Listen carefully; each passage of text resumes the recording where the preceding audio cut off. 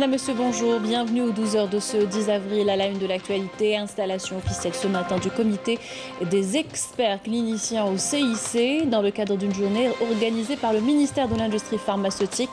Retour dans ce journal sur les difficultés rencontrées par des acteurs du secteur à travers une entreprise dans la wilaya de Sétif.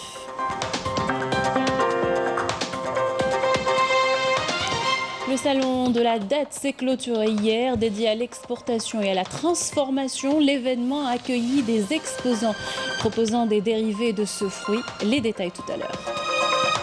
On vous fait découvrir ce matin le métier de palefrenier. Il a pour mission le soin des chevaux et leur bien-être. Comme vous allez le voir dans ce journal, le reportage est au centre équestre de Halawa. Bienvenue à tous. Je vous le disais en titre, installation officielle ce matin du comité des experts cliniciens au Centre international des conférences sous le patronage du président de la République. Cérémonie organisée par le ministère de l'Industrie pharmaceutique et dans le cadre d'une journée sous le thème stratégie et défis. Sont présents des membres du gouvernement, des spécialistes de la santé et des représentants d'entreprises pharmaceutiques. On reste dans l'industrie pharmaceutique et on va à Sétif où une entreprise s'est lancée dans la fabrication de bandelettes d'autosurveillance de la glycémie. La formation du personnel et la recherche sont employés pour proposer des produits concurrentiels. Avec une production annuelle de 12 millions d'unités, l'entreprise connaît des difficultés dans la commercialisation. Nous dit Adel Bouhames. Après avoir réussi la production de 70 médicaments, ce producteur pharmaceutique implanté à Sétif s'est lancé depuis 2017 dans la production de la bandelette de glycémie. Une orientation destinée à répondre aux besoins croissants des 4 millions de diabétiques que compte notre pays. Le secteur donc, de l'industrie pharmaceutique s'est diversifié ces derniers temps et malheureusement, à l'époque, il n'y avait pas un seul producteur national de la bandelette de glycémie. Donc il y avait un marché qui était occupé à 100% par de l'importation. Pour ce qui est de la bandelette, on a un marché qui est aux alentours de 12 millions d'unités annuelles et nous, on occupe à peu près un tiers de ce marché-là. Pandémie de coronavirus oblige. Les laboratoires Salem se sont lancés également dans la production des tests Covid avec une capacité de production quotidienne de 20 000 tests sérologiques et antigéniques. Des produits 100% algériens qui répondent aux normes internationales en la matière. Réalisés grâce à une main-d'œuvre locale formée et hautement qualifiée. Un plan de formation est mis à jour chaque année. C'est un plan qui est dédié pour chaque fonction. C'est des plans vraiment spécifiques pour chaque fonction de la production. La main-d'œuvre qui vient directement de l'université, c'est une main-d'œuvre qui doit être encadrée, qui doit être mise à niveau, doit être formée directement dans l'industrie. Pour maintenir ce cap, un partenariat gagnant-gagnant a été signé avec l'université algérienne. Il y a des discussions en cours avec des chercheurs universitaires et c'est ça qui est assez intéressant cette année, c'est qu'on essaie de valoriser le travail de recherche au niveau des universités pour trouver des applications directes dans l'industrie pharmaceutique. Donc on a quelques discussions en cours et on aimerait bien que ça aille plus et qu'il y ait plus de, comme ce fut le cas d'ailleurs cette année, de participation vis-à-vis de l'université en sens de financement de ces sujets de recherche.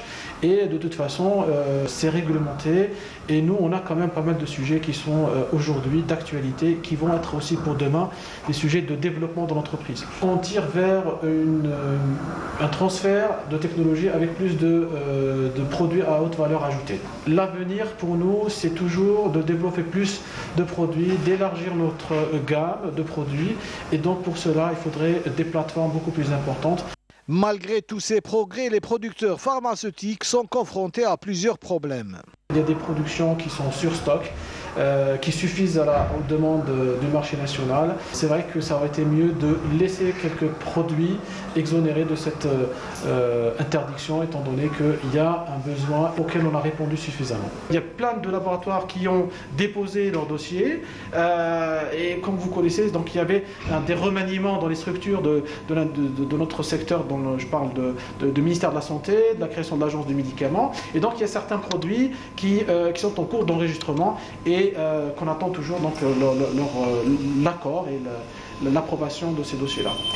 La levée de ces entraves est à même de diminuer la facture des importations des médicaments, car le marché pharmaceutique national est estimé aujourd'hui à 4 milliards de dollars, dont 2 milliards de dollars en produits importés.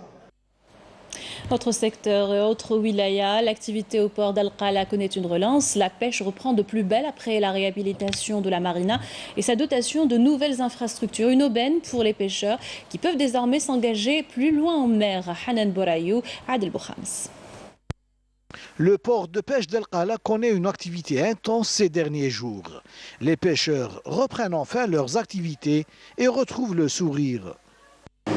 La pêche a été prolifique. Nous avons pu pêcher du rouget, des crevettes, du merlan, des langoustes, la saourel et du calamar. Nous étions à environ 11 miles au large d'Al-Qala et voilà ce que nous avons pu pêcher aujourd'hui.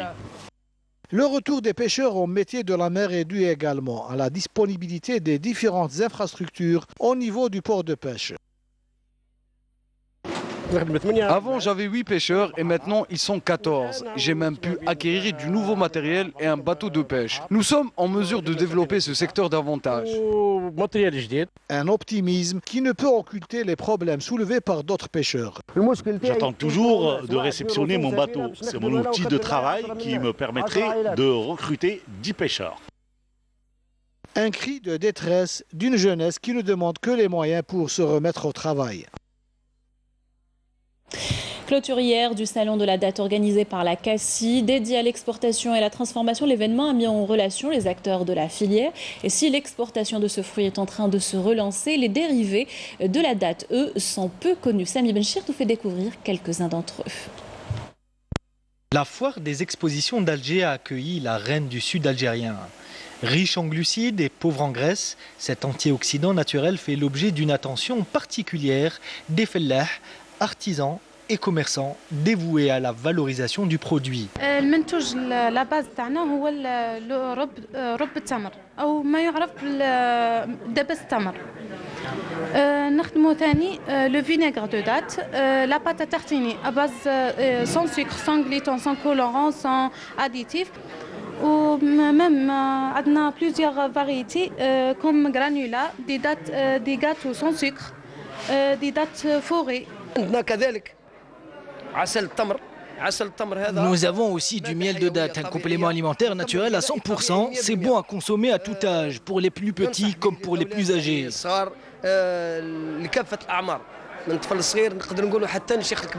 Des préparations savoureuses, mais aussi des désinfectants innovants issus de la fermentation de son jus sucré.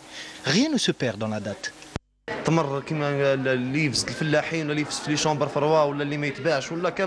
On rachète toutes les dattes arrivées à péremption ou invendues et on en extrait de l'éthanol, un produit qui est importé en Algérie. Le désinfectant pour les mains qu'on fabrique avec cet éthanol de date qui est naturel n'irrite pas les peaux sensibles. On en fait également de l'alcool chirurgical.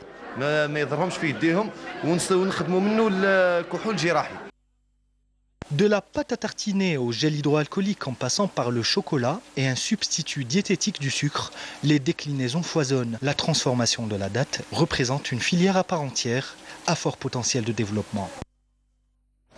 Agriculture toujours, on va parler assurance. La Caisse nationale de mutualité agricole poursuit son travail de proximité.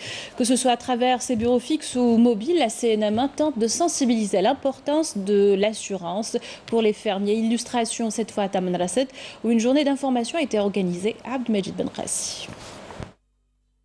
Tamanrasset vit à l'heure de la sensibilisation à la culture de l'assurance et à la nécessité et aux avantages de contracter une police d'assurance toute branche.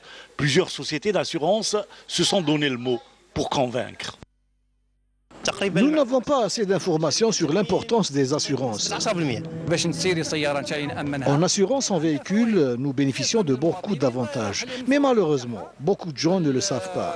Ils ne savent même pas où s'adresser. Aujourd'hui, avec les réseaux sociaux et Internet, on peut à tout moment joindre notre assureur pour toutes les formalités d'un éventuel sinistre. Un objectif pour cette journée de porte ouverte sur les assurances. Toucher tout type d'utilisateurs de contrats d'assurance, tout le monde est visé. Les éleveurs, les agriculteurs, les usagers de la route, mais aussi les commerçants et les autres particuliers. Nous devons nous prémunir de beaucoup de phénomènes naturels, les vents, les pluies et bien d'autres choses. Cela en plus des inondations. L'assurance est bénéfique. Les éleveurs, par exemple, n'ont pas la culture de l'assurance. Nous sommes ici pour les sensibiliser et leur faire connaître leurs droits. Cette initiative est une première pour l'Office des jeunes entrepreneurs de la wilaya de Tamanrasset. Une campagne de sensibilisation qui sera suivie par d'autres dans les tout prochains jours. Tout de suite, l'essentiel de l'actualité internationale. En bref, par Raouf Hamouche. L'Iran a annoncé la mise en service de nouvelles cascades de centrifugeuses modernisées permettant d'enrichir plus rapidement l'uranium. Ces annonces interviennent alors que des discussions ont lieu à Vienne entre la République islamique et les autres États qui font partie de l'accord de 2015.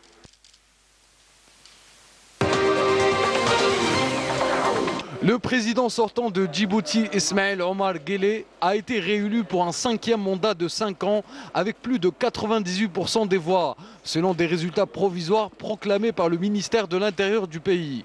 Les résultats définitifs seront prochainement donnés par le Conseil constitutionnel. De Bombay à Bogota, des dizaines de millions de personnes subissent ce week-end de nouveaux confinements et couvre-feu. Tandis que les campagnes de vaccination anti-Covid en Europe, déjà hésitantes, se heurtent à des pénuries, à des craintes d'effets secondaires.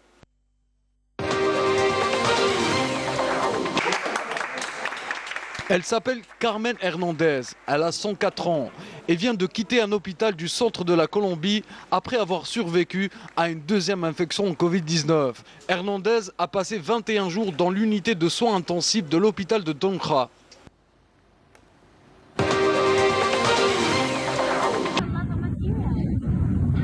Des colonnes de fumée jusqu'à 8 km de hauteur. Le volcan de l'île caribéenne de Saint-Vincent est entré en éruption pour la première fois depuis 4 décennies, ce qui a entraîné l'évacuation en urgence de milliers d'habitants de ce territoire des Petites Antilles. Retour dans le pays pour une initiation au yoga, ce sport alliant relaxation et exercice physique avec toute une philosophie autour. Désormais, plusieurs instituts proposent cette discipline. De quoi baisser son stress en ces temps de confinement. Rima Amali nous en parle. Le yoga, une discipline sportive qui permet d'évacuer le stress et les émotions négatives tout en faisant de l'exercice en douceur. À quelques jours du mois sacré, cet institut à Alger propose des cours d'initiation pour plonger dans le monde du yoga et assimiler ses fondamentaux. La thématique du yoga s'est imposée naturellement dans le contexte actuel. C'est-à-dire qu'il y a eu déjà un boom du yoga avec la période de confinement, parce que c'est une pratique qui est accessible à tous, qui ne nécessite pas beaucoup de matériel. Et le peuple algérien aussi est dans ses problématiques de stress, d'anxiété, et ça permet aussi de faire bouger son corps. Donc c'est vraiment une pratique complète, une parfaite manière d'aborder ce mois de Ramadan avec un peu moins de stress. On sait que le Ramadan, c'est quand même une source de nerfs et de beaucoup d'anxiété chez les Algériens. Donc le yoga aussi peut être une méthode pour eux de s'apaiser et de passer un mois de Ramadan serein. De la théorie à la pratique pour encourager l'exécution de cet art en toute sécurité. Asanas, c'est aussi toute une philosophie qui nous aide justement et qui fait union de l'esprit et corps et qui nous aide à retrouver quelque part le calme. Yoga, c'est quelque chose d'énorme. C'est pas que apprendre à faire certaines postures et encore, on peut se faire mal aussi. Donc maintenant, c'est pas qu'on interdit des gens à regarder la télé, à suivre les cours sur l'internet, mais c'est un peu pour les aider à détecter les bons côtés et les mauvais côtés pour profiter des bienfaits. C'est en étant retrouvés confinés des mois durant que plusieurs personnes se sont mises à la méditation pour se relaxer, notamment en pratiquant les postures de yoga. Il y a quelques mois que j'ai commencé à m'intéresser à la méditation et à découvrir un peu ce monde spirituel et qui nous aide à nous découvrir nous-mêmes et à allier notre esprit avec notre corps. Et puis, je suis tombée sur cette formation de yoga, qui est pour moi la suite logique et complémentaire de ce que je fais. Bien sûr, je suis qu'à mes débuts. Au-delà de ses différents bienfaits, aussi bien sur le moral que sur le corps, le yoga calme l'appétit.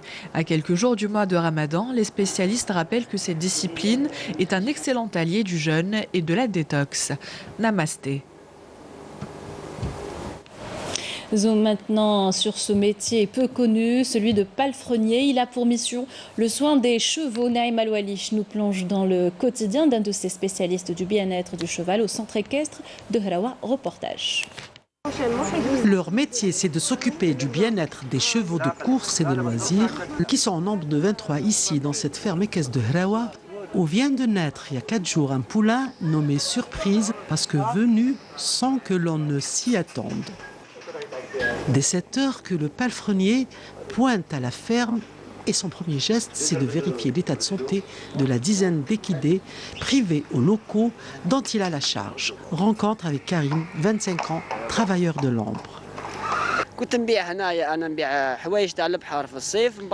Avant que je n'intègre cette ferme, je vendais juste à côté des affaires de plage. De temps en temps, je leur demandais de l'eau pour rafraîchir l'endroit où j'exerçais. Ils étaient tellement bienveillants que du jour au lendemain, j'ai intégré l'équipe de la ferme en tant que palefrenier il y a 2 ans. Et là, je vais passer l'examen de premier degré. Travailleurs acharnés, les palefreniers s'occupent au quotidien du cheval ainsi que des structures qui l'entourent. Des clubs aux écuries, ils sont au four et au moulin et consacrent leur vie entière au bien-être des chevaux. Au tout début, j'avais un peu peur des chevaux, mais avec le temps, j'ai appris à les apprivoiser. Je viens tôt le matin, je vérifie l'état des chevaux, ensuite je leur donne à manger. Une demi-heure plus tard, je nettoie leur box, je lave leurs membres en douche et à midi, je leur sers une autre ration. Petite pause avant de recevoir les premiers cavaliers qui vont s'entraîner à cheval. Je finis vers 7h, 7h30 du soir. Je n'ai pas fait de formation, mais j'ai appris ici, sur le tas, et j'ai fini par bien maîtriser mon métier.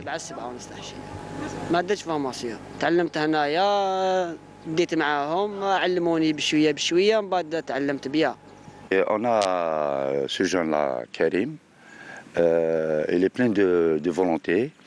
Il est en train de préparer le premier degré, Inch'Allah, dans les jours qui viennent. On a donné suffisamment d'expérience, c'est-à-dire sur le plan entretien de chevaux, tout ce qui concerne le soin avant et après le travail aussi.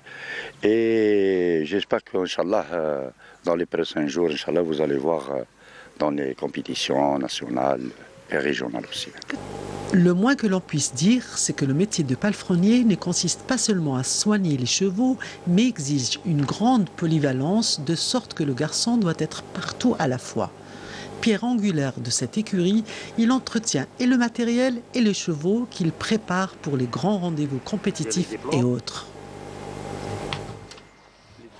On termine avec du cyclisme et cette deuxième étape du Tour de Tipaza disputée hier. Les cyclistes ont parcouru 120 km entre les beaux paysages de Chelchal et Menasra pour la deuxième journée consécutive. L'équipe du GS Pétrolier a dominé la compétition. Sid Ahmed Bouraïb. Cette deuxième étape a été dédiée à Mohamed Chaïb, un ancien coureur de la wilaya de Tipaza. Et c'est d'ailleurs le fils de ce dernier, Amin, qui a donné le coup d'envoi.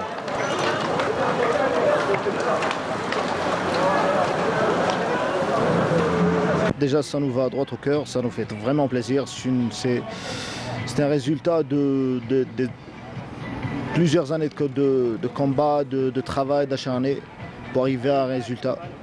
Enfin, en ce moment, alhamdoulilah, on va dire que ça fait vraiment plaisir. La course sur une distance de 120 km a alterné entre le plat et le montagneux, entre la ville et les villages. Après le départ et au bout de quelques kilomètres seulement, les coureurs du groupement sportif des pétroliers se détachent et prennent la tête. Et malgré les quelques tentatives des coureurs du MCA et de Del Ibrahim de leur tenir tête, les pétroliers ne cèdent pas et augmentent même le rythme. Ils traversent même la ligne d'arrivée en groupe menée par Asdin Lagab.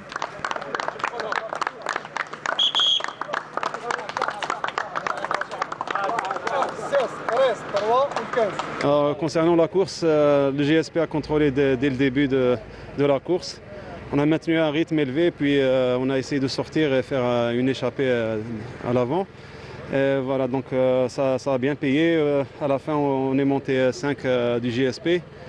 On a imprimé un rythme pour pouvoir assurer les premières places. بالنسبة للسباق كان شوية صعيب.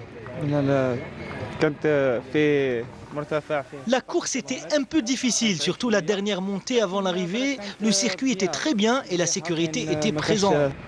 ما كانش طوموبيلات كانت sécurité. À noter la très bonne organisation tout au long du parcours. Je remercie toutes les autorités locales et sécuritaires qui ont contribué à la réussite de cet événement. La troisième et dernière étape se déroulera ce samedi à Koléa, dans un circuit fermé de 110 km. Et on arrive à la fin de ce journal. Merci de l'avoir suivi. Tout de suite, une page météo signée Mina Abed, suivie du 12+, qui vous emmène ce samedi à Tlemcen. Le GT a procédé ces dernières années à une mise à niveau de ses infrastructures. Des hôtels comme les Ianides ou encore Tafna à Marnia ont fait peau neuve. Reportage de Saïda Mayouf.